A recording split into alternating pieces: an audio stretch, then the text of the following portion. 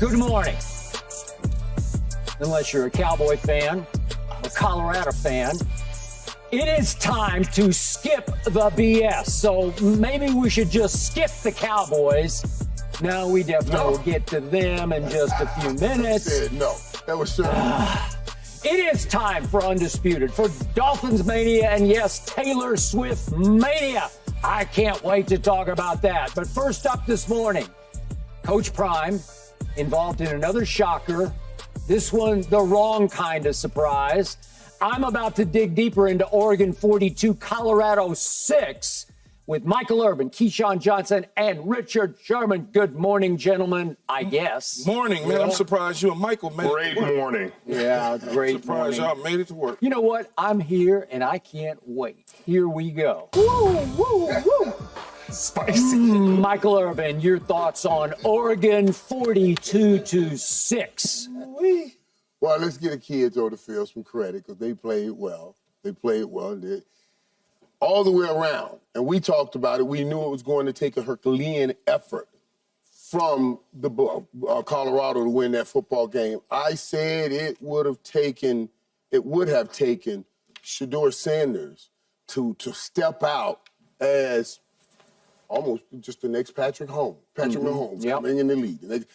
In order for them to win, he needed to have that kind of a game. Certainly, he couldn't have had that kind of a game, being sacked 7 times and pressured all day long. Now, we look at the clip that Coach dropped, and that was a hell of a line. Let's get real. They play for clicks. We play for wins. That was a hell of a line. But the truth of it is, it took me back to Tombstone. I love that movie, Tombstone. Really? Do you Doc really? Holloway said, my hypocrisy only goes so far. He said this to get clicks. Click. We talking about it right now, buddy. So he knew exactly what he was doing. He was using Deion to Deion. Since everybody is always talking about Colorado. He also knows that he's recruiting against Deion. So he knows he has the better team. He got that team so fired up to go out and play, they mauled Colorado. Every time you saw that offensive line go up against Colorado's defensive line, it was like one, and the defensive line was gone. They mauled them. So hey, like Deion said though, you got this win. You got this win. Be happy with this win. But this is the worst you're going to get. You better get me now. This is the worst you're going to see me. Okay. This is the worst you will see me. All I could do is smile in this situation because, look, last week I was hesitant. You were. To pick Colorado. But I had to pick Colorado because I can't pick against Deion, against the Bucks. Well, you could Ducks. if you really wanted to. Yeah, but I can't. I can't do that. All right, so this I knew better. Heart over head. Yeah, right? I knew better. Like Michael said, we knew it was going to take Shedeur and everybody else to do something special. Absolutely. And Dan Lanning. But we've seen it, and we bought into it. We bought into it. Of course, 100%. Right, we bought into it.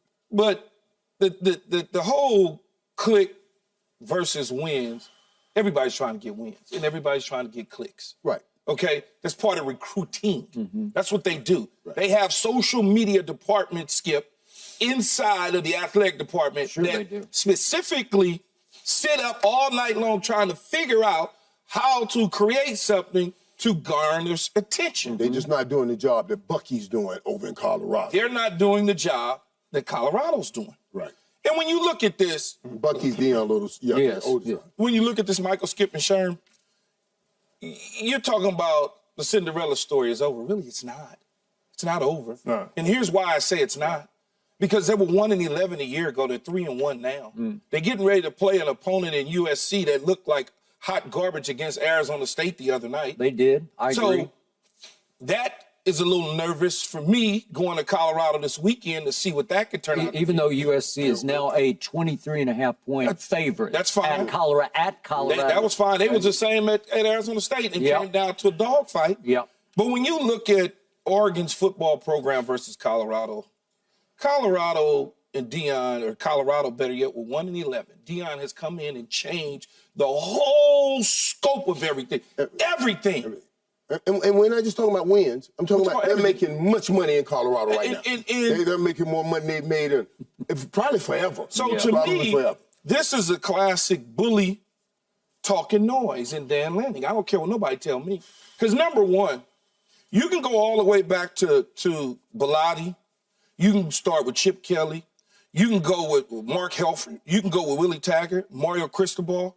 They established a certain culture at Oregon. Right. It wasn't like Dan came in there and Oregon was at the bottom of the Pac-12 conference and he dug them up and got them the way they are. See, yes, Phil Knight is also presiding. So you got some deep pockets behind that. You got crazy deep pockets. Now, it's not to say that this is leftovers from Cristobal as far as players go. Yeah. Because a lot of players have come and gone or whatever. But the foundation of the athletic department, Skip, is already intact. Yep. So you coming in with a typical bully mentality and talking noise. And like Deion say, better get me now. Better get me now. They better get him now. They better get him now. And you talk about changing the culture. He changed the culture at Colorado. He changed the culture in Boulder. He brought energy, he brought enthusiasm, he brought confidence. He had him at the spring game. He brought excitement to the city. And I think it's more jealousy. You know, you see just jealousy. It's just jealous. Hey, I'm not getting the attention this man got. I came to Oregon and we've done pretty well. Why am I not getting the attention that Deion's getting? Prime doesn't deserve all this. I'm going to hype my team up. They were a top 10 team, 21-point favorites. So understand, you got to find a way to motivate your kids. So I'm not really mad at what he said, but it just reeks of jealousy. It reeks of a guy who is frustrated that he's not getting that kind of attention, that Bo Nix, his quarterback, isn't getting the kind of attention Shedeur is. And they made a statement. But like Prime has said, they're 7-8 players away, and 5 of them are on that offensive line. From the tackles to the center to the guards. They all are going to have to be replaced and likely get replaced next year with better players. But I mean, I was more concerned about what Colorado was doing early in the game, early in the week when they first got to Oregon. When they first got to the stadium, they went to the stadium, and we talked about all the disrespect Nebraska did and Matt Rule, and when they had that huddle on the Buffalo in Colorado, and Shedeur made a huge deal about it, you know, and they got into that little tiff early before the game started, and then they go to Oregon. And then one of the kids is sitting there trying to scratch out the O off the field. And it's just like, hey, you know, again, my hypocrisy only goes so far. to what Irv said. It's like you can't sit there and say, hey, you know how disrespectful it is for somebody to go on your logo and do all this crazy stuff, and y'all go walk on these people's logo like they just Rudy Poo. You know what I mean? What's good for the goose is good for the gander. All right. I don't know for sure if Oregon was made aware that well before the game that some of the Colorado kids were scratching up the big O in the middle of the field. But they knew. Given this social media age we live in, I'm pretty sure they were made aware of it before the game.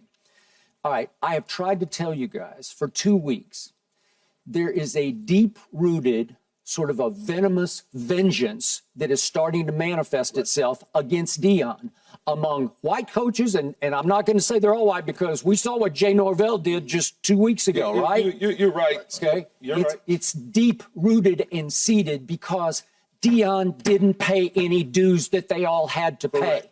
Correct. He's simply the greatest athlete who ever played, and he has shattered the mold, as we have talked about, because that's who he is. He is one of the greatest talkers in the history of sports. He is as entertaining an interview as there is in all of sports as we speak. He is playing to his strengths. He is in the midst of the greatest turnaround in college football history, doing it his way. Not Dan Lanning's way, but Dan Lanning, that was venomous vengeance. That was real. I don't think he was playing just for clicks. I think he knew exactly where he was going, and he was speaking from his heart of hearts. He says, we are rooted in substance, and they are all about flash. That is not true. They have been well coached. They did not play well coached football on Saturday. But the problem was he did run with it, and it worked because Colorado got buzzsawed right in half from the opening kickoff because Oregon comes out and goes 72 yards in 10 plays and doesn't even go to third down one time. Right. And all of a sudden it's 7-0. And all of a sudden Shedeur doesn't have time to breathe, and he goes 3 and out in about 1 minute of clock time. And all of a sudden here they come again. And it gets to be a 3rd and 5 play at the 7, and they stop them. And then if we could see what happened, there's a dumb personal foul committed that kept it from being a 10-0 game. Oh, I'm sorry, our tape just fouled up. But if you remember the play, a kid just runs in at the end of the play, slams into an Oregon kid in the back, and it's just silly. You just can't do it. And all of a sudden they score. And what happened?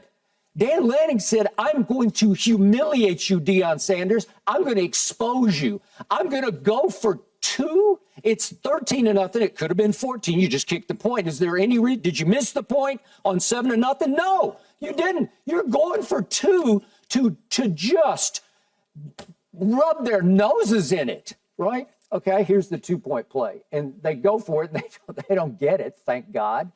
And then here we come again, and I'm going to skip down to the 4th and 4 play. They're backed up on their 17-yard line.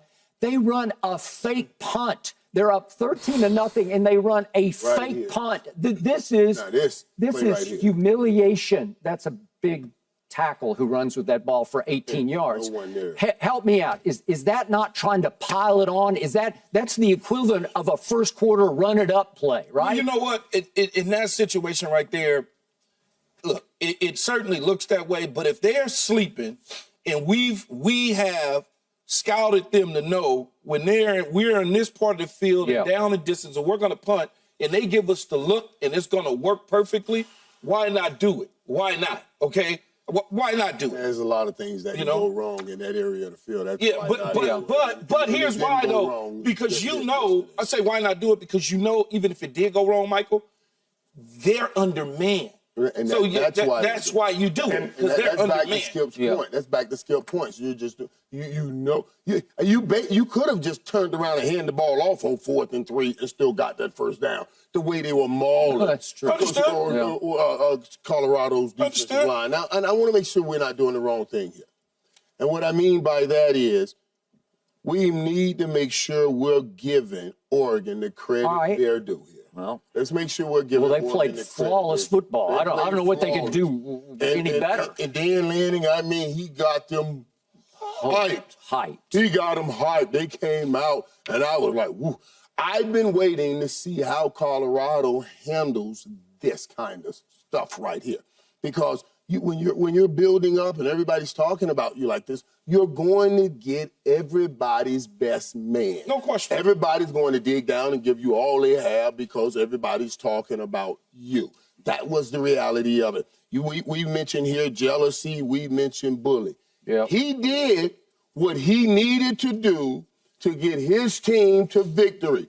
Personally, got no problem with that. I call that competitiveness. I want to do what I have to do to get my team to victory. But it goes deeper than that. Now, it goes deeper than that, Skip, you're talking about. He's trying to recruit. He's doing everything. He is embarrassing, Deion. And I want you to know Deion's remembering this. Now, did y'all, on that comment that Deion was making, you saw he slipped this in now. I want to show you all this comment. He slipped it in. He said, yeah. Hey, give him credit. But I keep receiving. And he kept it going now. Watch this comment here. Hey, roll his comment. Just watch what he says here when Deion is talking. Right there. I know he's hurting. I mean, he's hurting. So even when I text him, Skip, Key, and Sherman, I don't even text him, man, saw the game, anything. I don't even mention it. I just say, hey, man, I know you're thinking about it. I know you'll figure it out. I'm here. You know what I mean? That's all you can say. That's all you can say. Yeah. And he will figure it out. But that part right there, I keep receipts. And you better get me now. He's saying, I'm going to get my lineman, and I'll be back. Of course. I will be back. This is his first year at the Power 5 level. This is his first year. They're 3-1. We can't sit up here and act like it's all doomed, it's over with, they'll never win another game. That's not true. They played against an Oregon team that is better. There's a better football team. Bo Nix played. And you mentioned Bo Nix played well. You know, you were talking about the jealousy and the way these coaches and how Deion got there. This is interesting you said that. I didn't want to interrupt you. I wanted to let you finish. So I spoke to somebody in the coaching fraternity right after the game. And they know some people that coach at Oregon. And they was telling me, they said, man, I've never heard from another assistant coach of how much information was being given to that staff about, I'm being real with it, about game planning against Colorado so they can beat them. Well, everybody was stacked. They was stacking. That's the reality of it. I ain't making this up. No. I ain't gonna disclose no names, but y'all know who I'm talking about if you watch it. So, right here. You know. All right. And now, how do you sell this to kids? Do you understand? Ain't nothing to sell.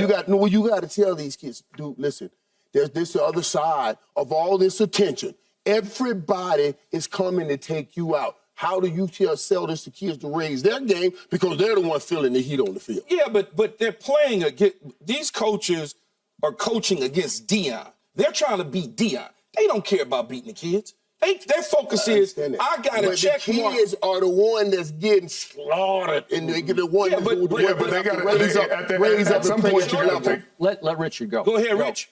At some point, you got to take some pride. You know what I mean? Especially on that offensive line. Like you said, Shedeur got sacked 7 times. Like, when do you got to bow up? These are human beings, you know, and I'm sure Deion said that to him. Like, I know he's 7, 8 players away, but the players that was out there, you've seen underdog come out on top. You've seen guys play above what they're capable of from time to time, and he's going to need that up out of them because every week there's going to be good D-lines, and you can't just accept that this team is better than them. Like you said, Deion takes a lot of pride in what he does. Deion took pride in what happened out there. He couldn't control as much as he's used to controlling, I'm sure. I'm sure if he was out there, he would feel like he would make a difference. I'm sure if Travis Hunter was out there, he would feel like he would make a difference. If all of us was out there, we would make a difference. But that's what we're saying. This is a 1-11 team last year, and now they are facing the pressures that we all face every Sunday to show up and play. You know, and we get paid millions and millions of dollars. These kids, well, they get paid millions too. So now, you know what I mean? Right, so let me back up on that. But the pressures it's serious for these kids. Everybody's coming after them, and everybody's showing up. But you know Deion better than all 3 of us, and you know he's going to have that conversation with each and one of those kids and let them know this ain't nothing but a bump in the road. You know that. He's not going to sit there, close his door, go sit in his office. Oh, no doubt. Put the little thing down. You know how they do. They put the little thing down, the curtain, the close it. They don't want to talk to anybody, Skip. That's not going to be Deion.